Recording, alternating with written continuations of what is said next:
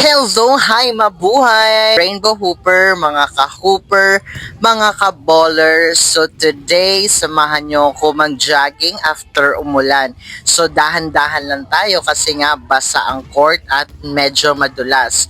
So ayan guys, no, jogging tayo dito 10 times. So syempre, maikli lang sa video natin. Okay, so habang ako'y nag-voice record, hihingi lang po ko ng inyong suporta. Please kindly like and share my social media account, Rainbow Hooper, Facebook page, TikTok, and YouTube. So, mahal ko talagang pagbabasketball kahit na ako ay pusong babae. Pusong babae, okay? So, tuloy lang po tayo sa paglalaro ng basketball at alam ko one day manonotice din tayo, no, diyan sa pagiging content creator, no.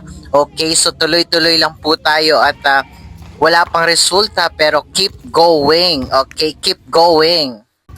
And then, sunod naman natin gagawin ito, mga bading, ay ang footwork na to. So, ginagawa namin to nung first time kong mag-try out dito sa liga sa amin. So, for Enter Barangay. Pero since kakabalik ko lang sa paglalaro, mga ilang weeks pa lang after ilang years, so, syempre, hindi ko na inasahan na mapapansin ako ni coach or mapipili dahil nga, super lambot ko pa, super hinihingal ako sa pagtakbo sa mga footwork na pinapagawa niya sa amin. So still, at least it's a good experience, no, na nakasali ako doon sa two days na try out. So at least hindi man ako nakuha, may natutunan naman ako doon. At syempre higit sa lahat is nagkaroon ako ng mga bagong kaibigan.